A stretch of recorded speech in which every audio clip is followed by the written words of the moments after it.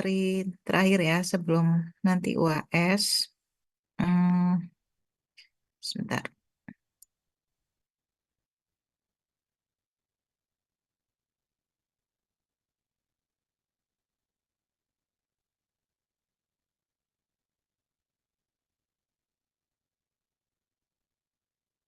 Hmm,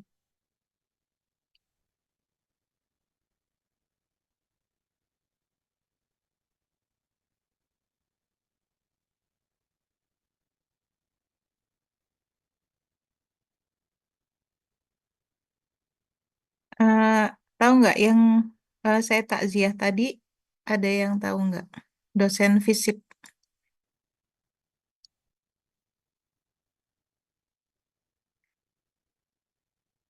ada yang kenal? Ada yang tahu? Agung. Ya? Nggak? Nggak kedengeran suara Mas tadi bilang apa? Mas Novel bilang apa tadi? Sebentar, sebentar. Oh, Eh, dosen ya, Bu? mm-mm. Kak Gita Eh, di pernah tahu oh, atau kenal? oh nggak tahu. Oh, nggak tahu ya. Oh, Hmm, nggak tahu. oke. Itu padahal saya hari Sabtu kemarin masih kontak-kontak sama beliaunya. Terus minggu kemarin masuk IGD terus kepundut itu ya setong. Ya Allah. Yes, makanya ini ya, maaf lahir batin ya. Supaya sering-sering maaf lahir batin tuh. Oke, baik ke kita akan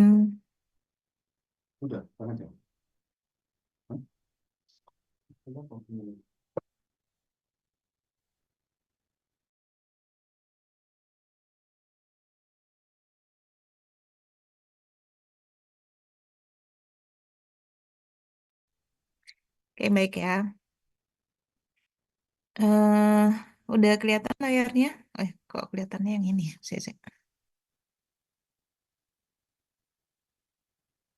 Hmm, oke. Udah kelihatan ya? Transferable discharge permit.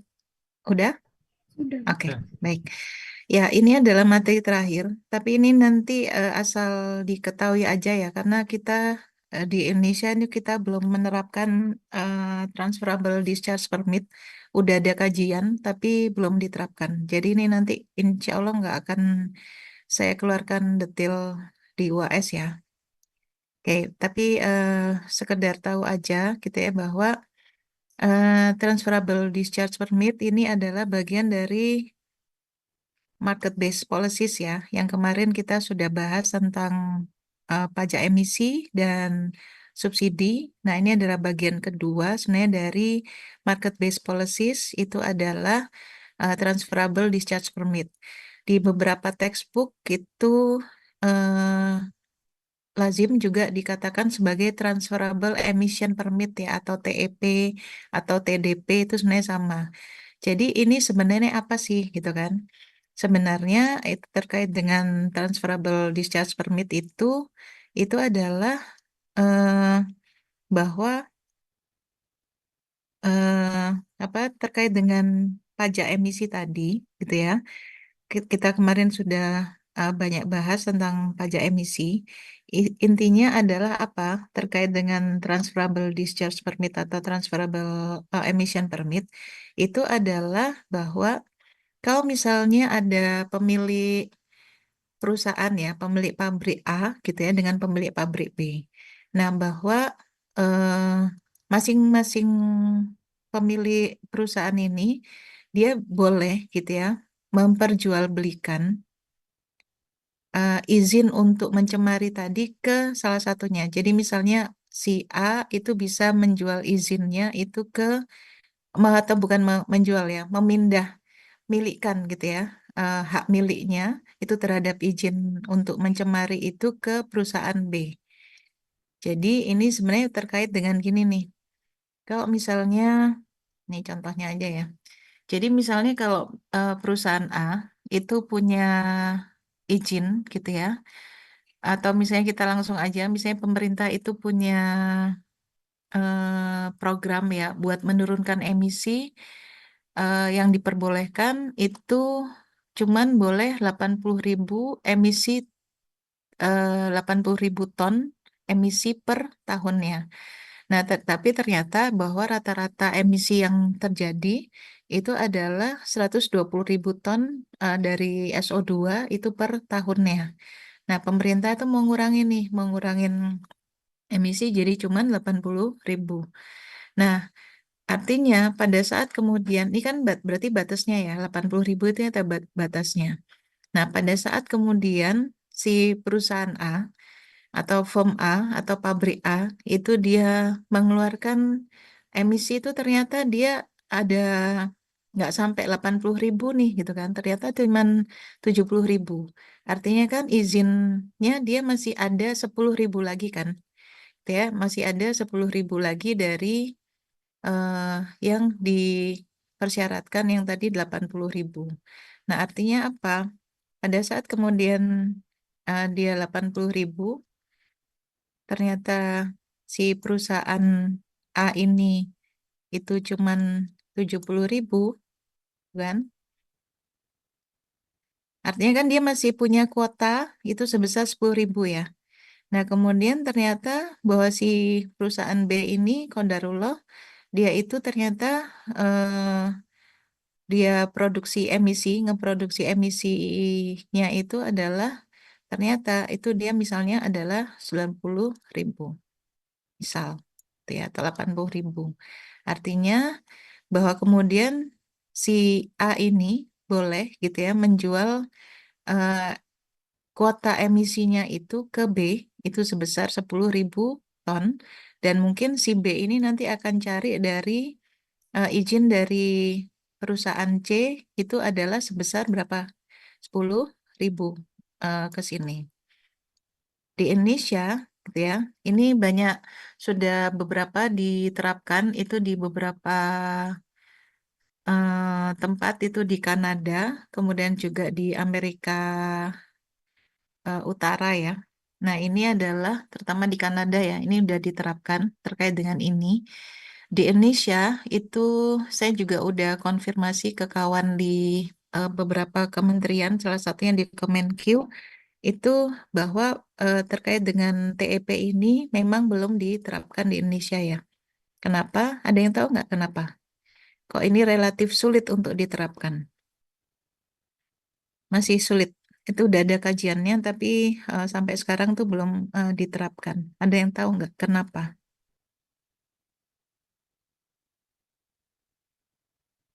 Ada yang tahu? Mengapa kok ini relatif sulit gitu ya buat diterapkan di Indonesia? Nggak tahu kalau nanti di tahun-tahun ke depan ya. Ada yang tahu nggak? Ini berkaitan dengan bahwa emisi itu dia dipindah tangankan ya. Ini nih, dia dipindah tangankan ke perusahaan yang lain.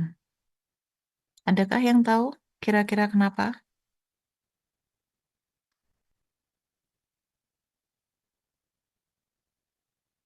Mas Naufal? Saya panggilin aja satu-satu. Mas Naufal, Iya, Bu. kira-kira kenapa tuh? Kenapa di Indonesia itu kayaknya masih sulit buat diterapkan si TEP ini atau TDP ini? Kalau pendapat saya mungkin Mm-mm, karena apa namanya? Kalau saya lihat perusahaan-perusahaan yang misalnya ya mm-mm, yang menerapkan mm-mm, ESG itu kan sebenarnya masih beberapa top saja, beberapa mm-mm, perusahaan top apa yang sudah memiliki valuasi yang besar gitu. Nah, mm-mm, sementara itu untuk apa pabrik-pabrik atau faktor-faktor produksi yang mungkin skalanya lebih kecil itu belum ada. Jadi secara pengukuran pun masih belum merata. Terus mm-mm, kemudian marketnya juga masih belum apa ya belum terlihat gitu. Jadi walaupun itu eh, trennya mulai ada ya ke sana gitu. mm-mm. Kalau saya begitu. Oke, baik. Ini satu-satu ya, saya mau tanya nih. Mas Rafif, yang kelihatan di depan saya aja nih. Mas Rafif, pendapatmu gimana? Mm-mm,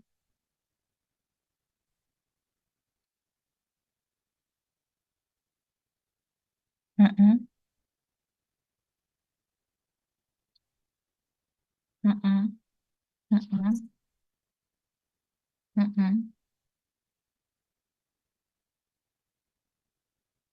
Mm-mm. Oke. Mm-mm.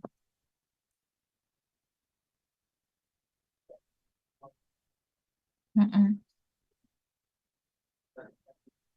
Mm-mm. Baik, makasih Mas Rafif. Oke, baik Mbak Rama. Kenapa tuh, Mbak? Sebenarnya nggak jauh beda sih Bu sama jawaban teman-teman dari Mm-mm. sisi regulasi sama kesiapan datanya itu dari Indonesia sendiri itu belum Mm-mm. belum apa ya belum memenuhi gitu Bu karena belum lengkap juga jadi dari sisi regulasinya juga belum stabil kayak gitu sih Bu buat diterapinya itu. Oke, data ya. Oke, baik Mbak Fahma. Oh iya Bu, How do you think? kalau Ha. menurut saya mungkin buat eh, menjalankan program itu butuh biaya lebih untuk Mm-mm. apa namanya untuk mendukung subsidi dan insentif itu. Lalu Mm-mm. eh, Indonesia juga untuk sumber energinya masih banyak bergantung sama energi kayak batu bara gitu juga, jadi Mm-mm. masih belum bisa sepenuhnya dilaksanakan. Mungkin gitu sih. Oke, baik. Kasih Mbak Fahma, Mas Abi. Menurut saya, sependek pengetahuan saya kan Mm-mm. uh, ini punya cap emisi ya Bu. Yang tadi Yes. 80.000 itu Mm-mm. kan batasnya. Mm-mm. Saya lihat di pabrik-pabrik di Indonesia itu justru malah melebihi batas. Jadi Mm-mm. menurut saya antar antar pabrik ini tadi Mm-mm. malah melebihi batas emisi yang di. Oke, ya.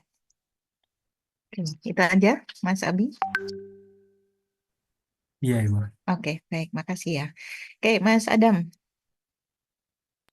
Iya, baik. Jadi mungkin sama seperti yang dikatakan teman-teman selain dari Mm-mm. regulasi dan kebijakannya juga, terus pasar dari PIP sendiri kan di Indonesia juga Mm-mm.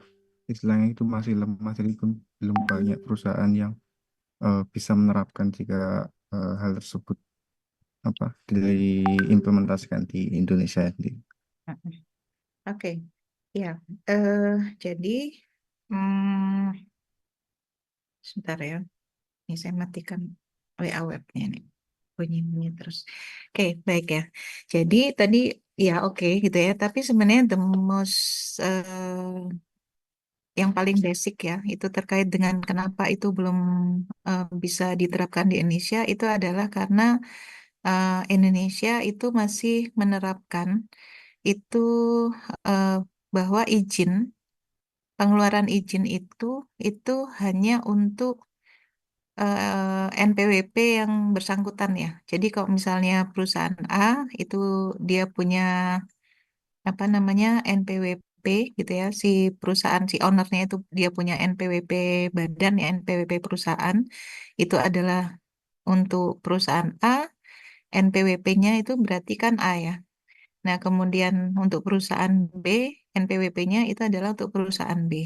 Sehingga bahwa izin itu yang saat ini diterapkan di Indonesia itu ya baru satu gitu ya. Sehingga karena izinnya itu adalah dia yang untuk berbadan yang ber-NPWP-A, kemudian yang si B itu yang ber-NPWP-B gitu ya. Dan izin itu adalah untuk individual masing-masing perusahaan gitu ya badan dan belum sampai ke taraf sampai ke taraf pemindahan hak terutama untuk masalah emisi ya. Jadi izinnya itu ya udah full gitu ya. Terkait nanti izin segala macamnya itu berarti si A itu ya dia akan bertanggung jawab mulai dari kasarannya itu dari A sampai Z gitu ya termasuk ke emisi itu adalah ditanggung oleh perusahaan A. Sehingga walaupun sudah ada beberapa kajian tadi juga hal yang pertama itu adalah karena sistem eh, di Indonesia itu izin itu barulah gitu ya sampai ke taraf bahwa ya udah gitu kalau izinnya memang ke perusahaan A gitu ya, ya udah itu dia yang bertanggung jawab dari A sampai Z. Kalau misalnya izinnya itu ke Mas Abi gitu ya, ya udah gitu perusahaan Mas Abi lah gitu ya yang bertanggung jawab dari A sampai Z sampai ke masalah emisi. Sehingga tadi untuk transferable emission itu eh, masih belum bisa dilakukan gitu ya di Indonesia. Jadi kita udah cukup sampai sini ya. Maksudnya intinya kayak gitu sih. TEP atau TDP itu izin untuk eh, memindahkan gitu ya. Izin untuk mencemari itu adalah apa di Indonesia belum bisa dilakukan gitu ya. Jadi kita stop aja gitu ya sampai di sini dulu. Oke ya, mungkin ada komentar, ada diskusi, ada pertanyaan. Kalau nggak ada, kita langsung aja kita nge-recap ya, nge-recap sebentar. Terus habis itu nanti saya kasih kisi-kisi untuk UAS ya. Oke? Atau masih ada yang mau ditanyakan terkait dengan TDP ini?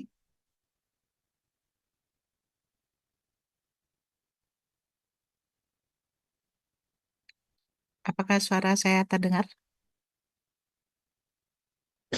Terdengar Ibu sejauh Oke. ini. Oke, ada yang mau ditanyakan yang terkait dengan TEP atau TDP ini sebelum saya recap eh, apa yang sudah kita pelajari selama setengah semester ini ya. Kita langsung aja.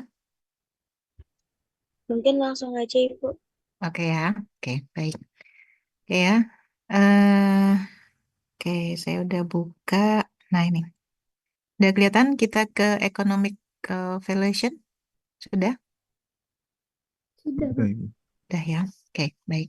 Nah, jadi di pertemuan pertama kedua setelah UAS itu kita bahas tentang valuasi ekonomi ya. Jangan lupa gitu ya kenapa valuasi ekonomi itu dilakukan gitu ya. Kemudian kita sudah belajar itu apa bedanya ya antara value dengan price. Masih ingat apa bedanya antara value dengan price?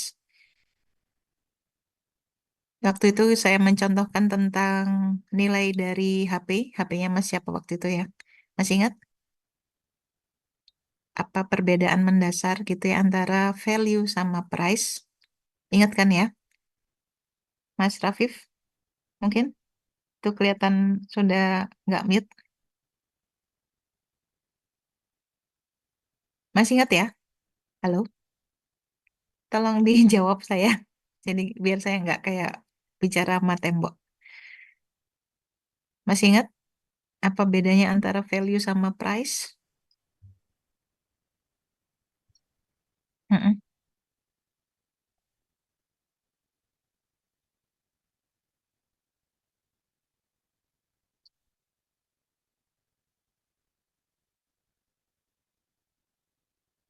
mm-mm.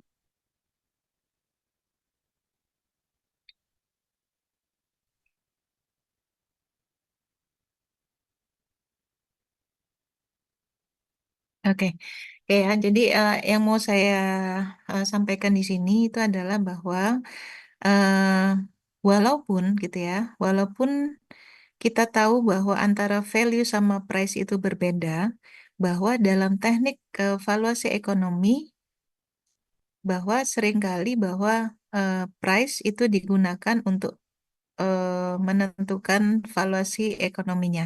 Itu ya, yang mau sampaikan bahwa antara value sama price itu adalah berbeda.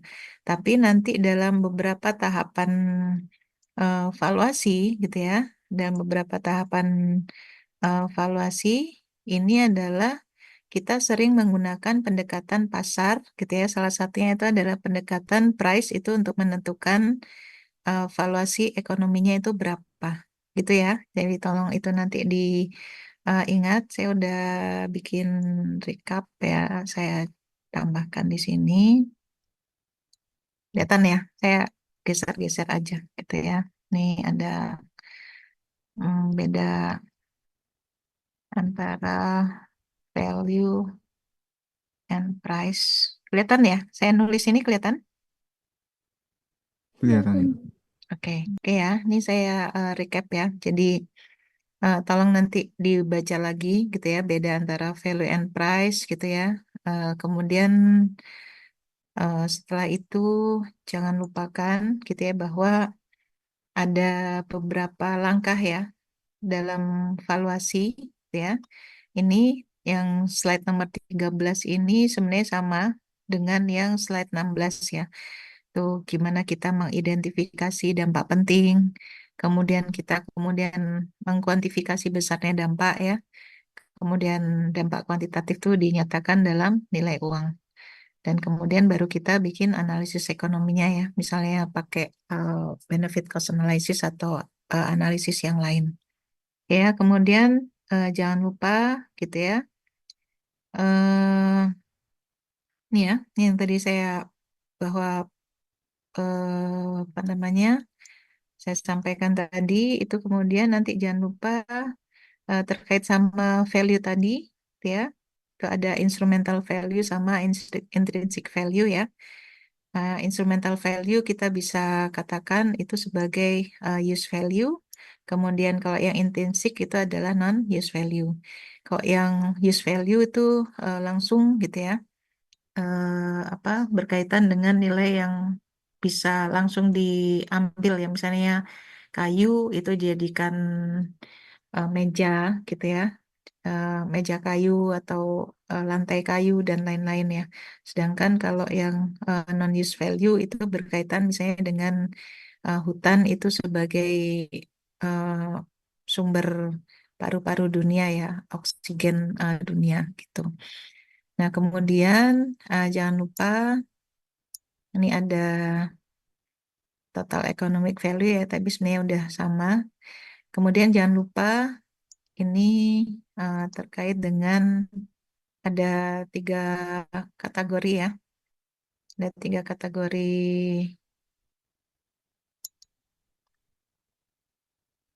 valuasi ya.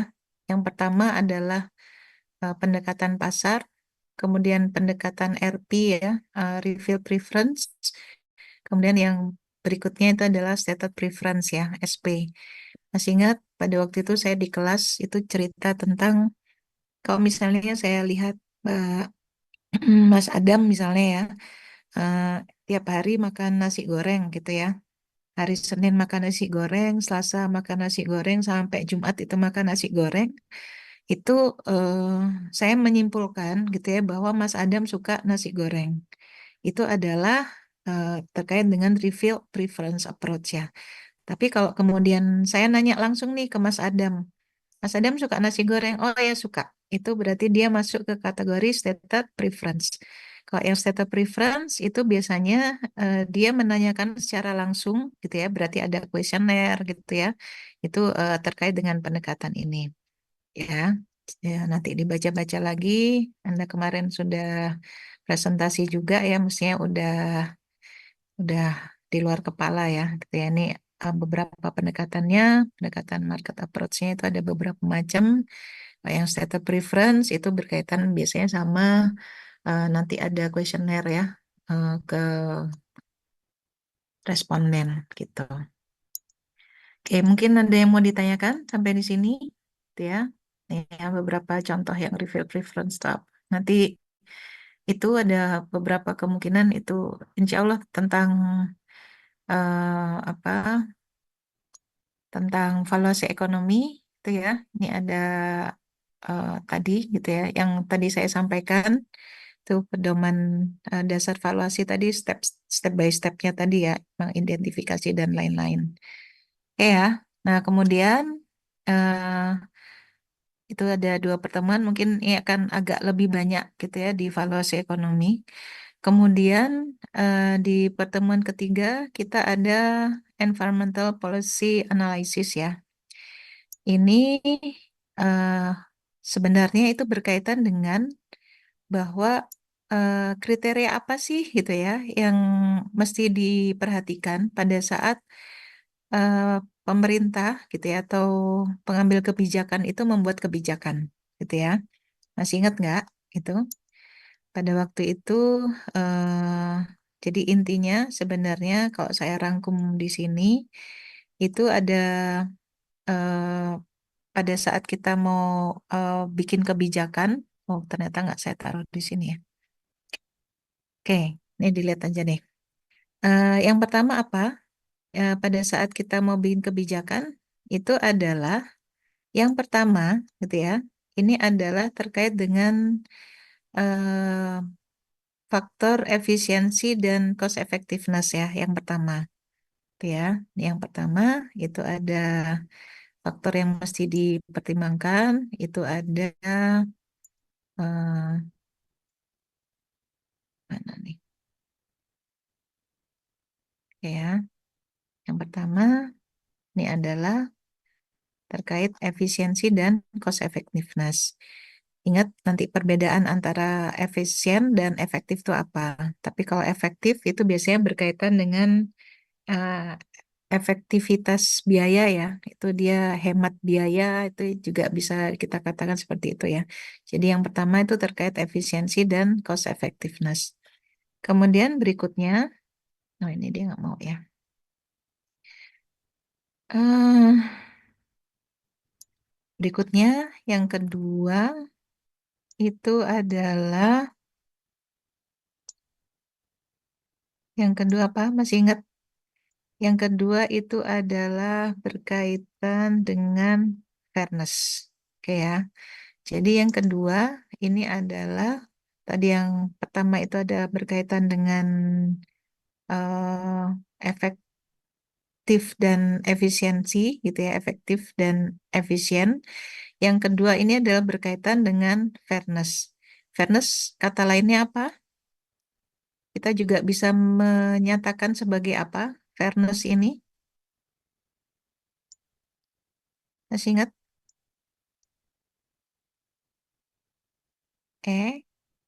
Equity. Oke ya. Ingat waktu itu di kelas itu kita udah bahas, itu ada trade-off sebenarnya ada antara efisiensi dan equity. Masih ingat waktu itu saya mencontohkan tentang apa sama apa? Masih ingat pizza ya? Bisa tolong dijawab, ingat atau enggak? Iya, iya. Oke, jadi tadi ya berkaitan sama trade-off ya antara efisiensi dan equity ya. Jadi kalau waktu itu saya contohkan bahwa kalau pizza itu misalnya biasanya dibagi berapa tuh? Ini ya, bagi segini kah? 1, 2, 3, 6 gitu ya. 6 atau 8 gitu ya. Tapi kalau kemudian ternyata bahwa eh, yang ada di satu negara itu ternyata dia lebih banyak daripada 8 atau di satu kelas itu lebih banyak dari 8, misalnya ada 100 orang gitu ya atau 80 orang itu misalnya.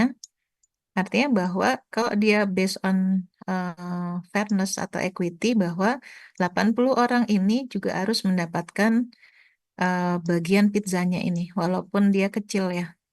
Itu kalau dia terkait dengan eh, fairness atau equity. Tapi kalau efisiensi ya tadi gitu kan. Kenapa kok penjual pizza itu ngebaginya jadi 6 atau 8? Ya karena itu adalah yang relatif dia akan bikin kenyang gitu ya. Eh, Kayak gitu. Ya berkaitan sama efisiensi. Ada pertanyaan sampai sini? Oke ya. Kemudian berikutnya, eh itu yang tadi yang kedua itu adalah terkait dengan equity atau fairness. Yang ketiga, yang mesti diperhatikan dalam membuat kebijakan itu adalah yang ketiga itu adalah insentif. Tapi kemudian berkaitan dengan insentif for innovation ya. Jadi sebenarnya adalah based on people respond to insentif kan, bahwa orang tuh akan merespon pada saat dia itu akan bermanfaat atau dirasa bermanfaat bagi masyarakat itu kebijakan atau peraturan yang diterapkan itu pasti akan direspon ya. Apalagi kalau dia itu juga menerapkan inovasi. Ini yang ketiga ya.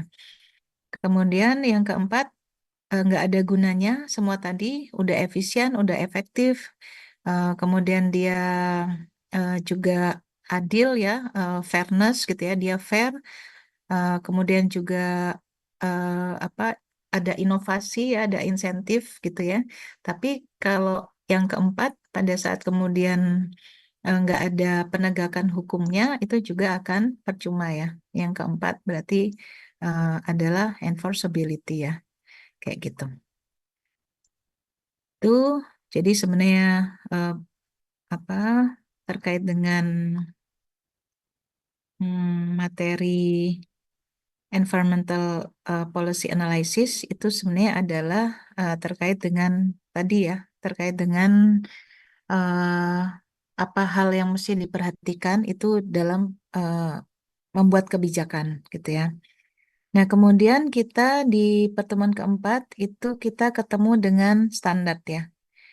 Nah, sebelum ke standar, ini saya mau kasih eh, petanya dulu, mind map-nya dulu gitu ya, bahwa dalam kebijakan, ingat ya, dalam kebijakan itu eh, sebenarnya ada dua. Yang pertama itu adalah yang kita namakan sebagai direct regulation atau kita apa namanya kita katakan sebagai standar ya. Ini juga kita kenal itu adalah CAC, masih ingat? CAC itu adalah Command and Control ya. Jadi kemudian yang kedua itu terkait dengan market-based incentive policies ya. Yaitu di sini ada pajak dan subsidi dan juga yang tadi barusan kita bahas itu adalah transferable discharge permit atau transferable emission permit ya. Ini mind map-nya dulu ya di sini bahwa kebijakan itu eh, terutama yang terkait sama lingkungan itu ada dua. Yang pertama adalah standar. Standar itu sebenarnya adalah CAC ini, Command and Control. Artinya apa? Command and Control itu adalah eh, kebijakan yang menetapkan standar atau batasan tertentu yang harus dipatuhi. Dan kalau udah diinstruksikan gitu ya, udah ditetapkan standarnya, artinya bahwa harus ada kontrolnya. Kontrolnya itu berupa apa? Kontrolnya itu berupa sanksi ya, kalau itu ada pelanggaran. Oke ya. eh kita lihat dulu standar. Nah ini, jadi eh, standar itu ada tadi ya, direct regulation. Sebenarnya dia adalah command and control. Oke ya. Nah, kemudian ada beberapa itu terkait dengan apa standar itu ada ambient gitu ya, emission dan teknologi. Itu kalau ambient itu terkait dengan kualitas lingkungan ya. Kemudian ada standar emisi gitu ya. Kalau misalnya eh, maksimal itu tadi ya 100 ton per tahun ya itu standarnya gitu ya. Kemudian juga teknologi standar itu berkaitan misalnya oh gitu ya bahwa eh, kita misalnya di Eropa itu misalnya pakai standar emisi untuk knalpot ya, gas buang itu kemarin berapa? Euro berapa untuk gas buang standarnya kalau di Eropa? 6. 6 ya. Kita Euro 6.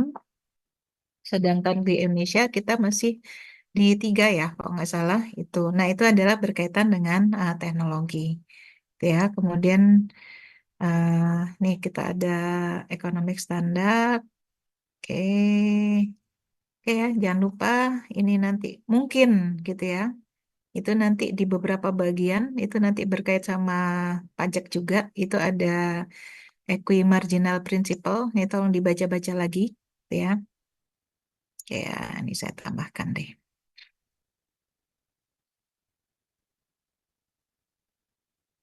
Ya, equi Cina Principle. Ya, nih. Nah, kemudian ada kemungkinan nanti saya akan tanyakan gitu ya penerapan command and control di Indonesia gimana, emission tax gimana gitu ya aplikasinya. Nih beberapa contoh ya. eh misal gitu ya. Ini nggak perlu di apa, nggak perlu dihafalin ya terkait undang-undang tahun berapa ini ya. Tapi kita bahwa intinya bahwa command and control tuh berkaitan sama standar ya. Standar, ada batasan tertentu yang mesti dipatuhin. Misalnya kalau di eh, apa contoh yang lain, misalnya bahwa kalau naik motor itu mesti pakai helm, gitu kan? Kalau naik mobil itu berarti mesti pakai apa sabuk ya, pakai seat belt gitu. Nah, terkait sama kemudian kalau misalnya nggak pakai sabuk pengaman, itu ya berarti ada sanksi gitu kan? Nah, ini contohnya beberapa eh, apa contoh peraturan standar itu misalnya tentang standar emisi gitu ya, standar limbah cair gitu ya, kemudian melarang illegal logging dan pasti ada sanksi bagi pelaku gitu ya. Kemudian juga terkait sama standar kualitas udara, baku mutu emisi kendaraan gitu ya, itu terkait standar. Kemudian juga pengelolaan sampah gitu ya, itu juga ada standarnya ya, gitu.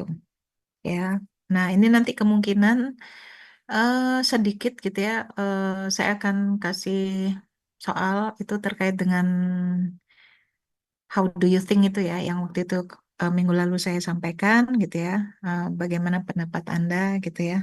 Tuh ingat bahwa it doesn't matter you agree or disagree of something, eh, em, apa, ataukah Anda jawab ya ataukah tidak terhadap sesuatu itu, saya pengen tahu the reason why-nya gitu ya. Jadi it doesn't matter gitu ya. Silakan gitu ya. Kalau eh, pertanyaan tentang how do you think itu berarti itu sangat based on inilah ya gitu ya, bahwa saya pengen tahu reason why-nya kenapa. Oke ya. Kemudian berikutnya, ini mind map-nya di kepala mesti ini ya kelihatan ya biar ada polanya gitu ya, bahwa kebijakan itu ada standar, terus kemudian yang kedua ada market based incentive policies. Nah, kemudian kita pertemuan ke 5, 6 ya, kita udah bahas tentang tax and subsidi tuh ya. Nih ya udah kelihatan di sini di layar. Nih ya. Di sini ini saya akan lebih kayaknya gitu ya, itu akan lebih ke kasus ya. Kan kasus kita udah bahas beberapa banyak sekali gitu ya kasus di kelas. Jadi ini terkait dengan how do you think gitu ya, itu nanti juga insya Allah di sini gitu ya. Nah, di sini berkaitan nama, oh ya saya kemarin lupa jelasin kayaknya ya, ini kelewatan. Jadi yang deposit refund system itu sebenarnya adalah ini nih. Pernah nggak apa kalau misalnya menggunakan sabun atau sampo atau apapun produk gitu kemudian pada saat eh, isinya udah habis itu ditukerin, pernah nggak Mas sama Mbak? Pernah ditukar. Jadi misalnya ini Mas siapa nih yang bicara nih? Rafif, oke, Mas Rafif. Jadi misalnya nih saya apa pakai sabun ini nih, saya pakai sabun eh, saya cerita aja. Ya. Saya ini saya pakai sabun dari produknya Body Shop ya. Nih, coba saya bukain deh. Tunggu, saya tunjukkan aja. Nah, pada saat kemudian saya pakai sabun Body Shop, ntar saya tunjukin aja ya.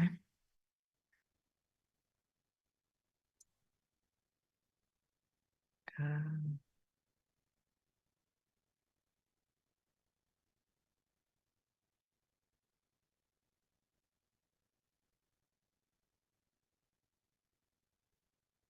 hmm,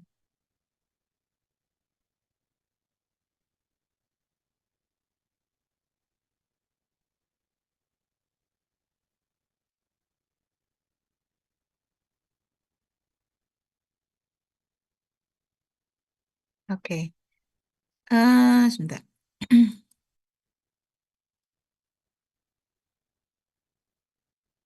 Oke, udah kelihatan nggak? Nah, ini kalau misalnya pakai sabun gitu ya dari produknya Body Shop ini, itu pada saat kemudian apa sabunnya habis gitu, maka botolnya ini itu bisa ditukar ke gerainya Body Shop dan kemudian kita dapat poin ya. Nih ya. Sekarang juga udah ada produk refillnya gitu ya. Jadi produk apapun nggak cuman sabun gitu ya. Misalnya eh, mereka punya program Bring Back Our Bottles ya. Jadi pada saat kemudian konsumen gitu ya ngembalikan produk apapun gitu ya, mulai dari bedak, sabun, sampo gitu ya. Ini itu nih itu em, akan dapat poin ya, akan dapat poin. Nah, poin-poin itu disimpan, kemudian eh, sampai posisi tertentu itu dia bisa ditukar gitu. Gitu Mas. Mas Rafif ya. Tadi mau menyampaikan apa?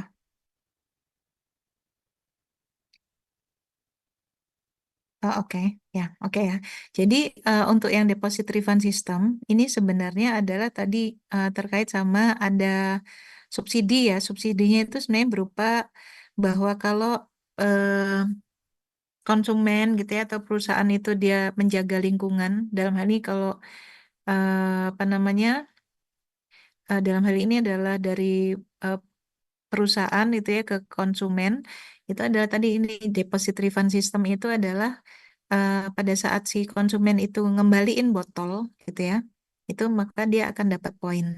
Poinnya itu juga akan bisa ditukar, misalnya nukerin botol itu kemudian terkumpul sampai 15 poin gitu ya, itu bisa tukar sabun gitu ya, atau 60 poin bisa ditukar apa. Nah, itu adalah yang dinamakan itu sebagai deposit refund system.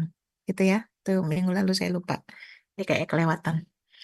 Jadi kayak intinya kayak gitu sih. Contohnya, salah satu contohnya. Jadi untuk yang apa materi emission tax and subsidies itu nanti saya akan lebih banyak gitu ya kayaknya. Eh, itu kayaknya akan terkait dengan apa sebenarnya yang kasus-kasus update yang terjadi gitu ya. Dan kita udah banyak bahas gitu ya di kelas beberapa contohnya gitu ya. Oke ya. Ada yang udah baca ini report yang tentang ini sudah dibaca, sempat baca ya. Jadi beberapa hal waktu itu kita juga udah pernah diskusi ya tentang eh, beberapa positif negatifnya kendaraan listrik ya. Itu eh, mungkin ada, pokoknya nanti berkaitan kasus ya, nanti di emission tax and subsidies. Oke, kemudian tadi yang terakhir itu adalah transferable discharge permit. Itu sekedar pengetahuan aja tadi ya, tadi mekanismenya kayak gitu, tapi bahwa apa ini nanti nggak akan nggak keluar gitu ya secara spesifik, tapi kalau yang secara umum yang ini ya ada kemungkinan nanti keluar ya. Anda mesti udah tahu ya bahwa mind map-nya terkait dengan kebijakan kita punya dua. Yang pertama ada standar direct regulation CAC ini. Kemudian yang kedua itu adalah ini sebenarnya kalau mau digambarin mind map-nya itu ada lagi nih ya. Jadi market based incentive policies itu dia ada tax and subsidi ya. Kemudian yang kedua, ini ada TDP atau TEP ya, sama aja. TDP atau Transferable Emission Permit. Ya, jadi ini tapi Anda mesti, ini pasti keluar deh. Saya mau bilangin bahwa ini pasti keluar. Tuh ya, map ini Anda mesti, uh, oh ini udah saya bocorin satu, ini pasti keluar yang ini. Jadi apa ya terkait dengan kebijakan itu adalah ada dua jenis ya, yang dia based on standar ini ya, yang menerapkan standar atau batasan tertentu, dan kemudian ada yang market based incentive policies, yaitu dia ada tax dan subsidi, dan yang kedua adalah ada transferable discharge permit atau transferable emission permit, itu sama aja. Ada yang mau ditanyakan?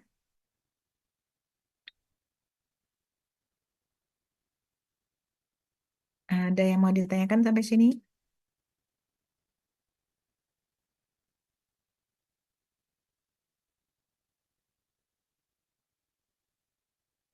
Adakah? Belum ada Ibu. Oke. Aman ya? Maksudnya nanti ini jangan lupa dibaca yang equimarginal principle, itu ada nggak cuman di sini ya, tapi ada di bagian yang lain dari PPT yang lain tuh juga ada equimarginal principle. Itu sebenarnya gimana? Ini juga ada kemungkinan dia juga akan keluar ya. Kira-kira kayak gitu. Oke, ada yang mau ditanyakan?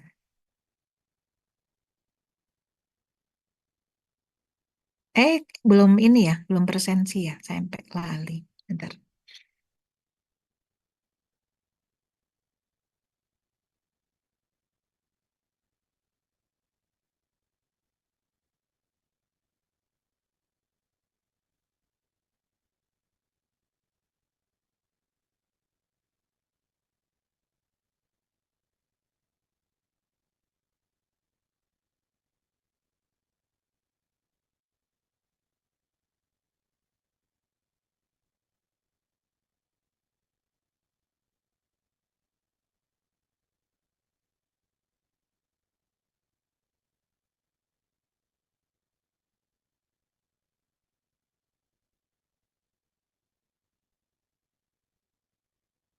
Ya.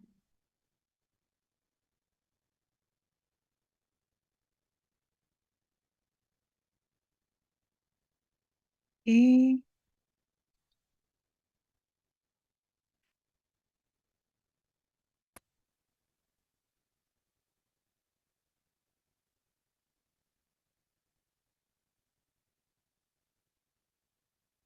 Loh, kok hilang?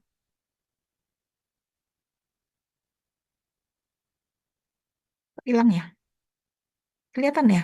Ini kok eh Mas udah ini enggak? Udah belum valid validasi kan ya, Mas Adam? Ini kok saya nggak bisa buka Oh, ya? yang terakhir 2 minggu. Kalau nggak Mm-mm, salah. Ya pertemuan 13 baru sampai pertemuan 13 saja. mm-mm. Ini kok udah ini ya? Bentar. Wah, gawat ini. Bentar.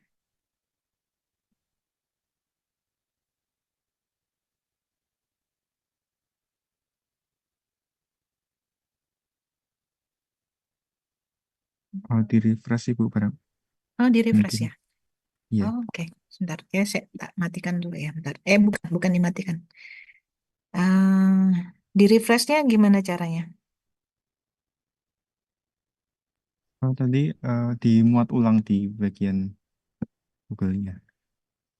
Oh, di sebentar, saya chat lagi ya. Oh. Di mana? Diapain? Saya mesti kemana nih? Di Itu ya, sebelahnya apa, tombol back kalau nggak salah. Icon back itu ada ini, lingkaran itu. ini. Yang Oh, di lingkaran. Nah, refresh. itu Oke.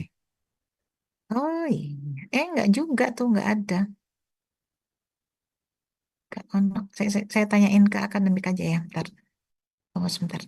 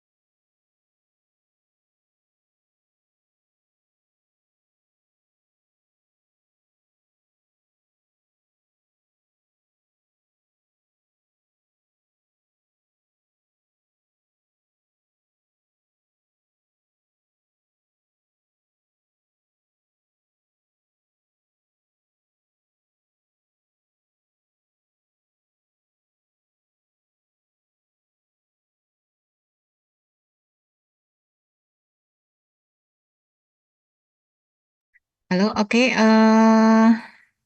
Udah, tapi emang ada, nggak tahu, saya juga nggak tahu kenapa itu masih mau dicek sama akademik, tapi saya udah sampaikan nanti dipresensikan manual dari akademik ya, itu aja.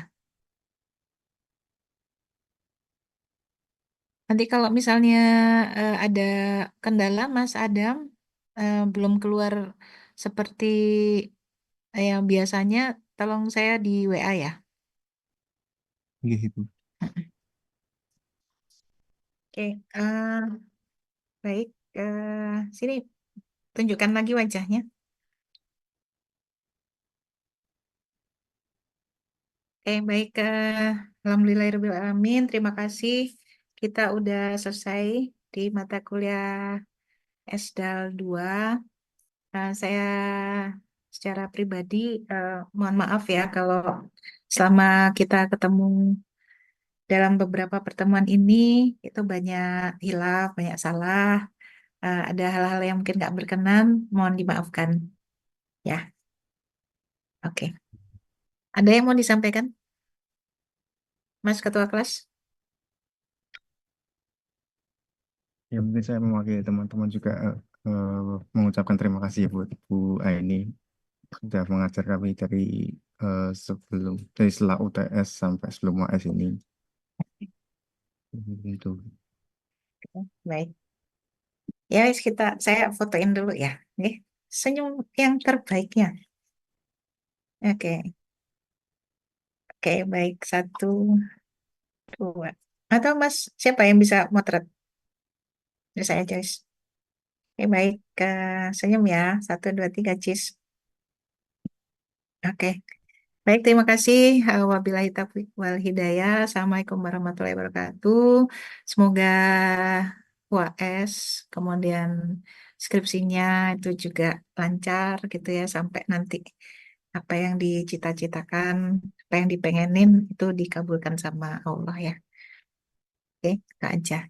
Makasih. Assalamualaikum. Waalaikumsalam. Terima kasih, Bu. Terima kasih Bu. Sama-sama. Terima kasih.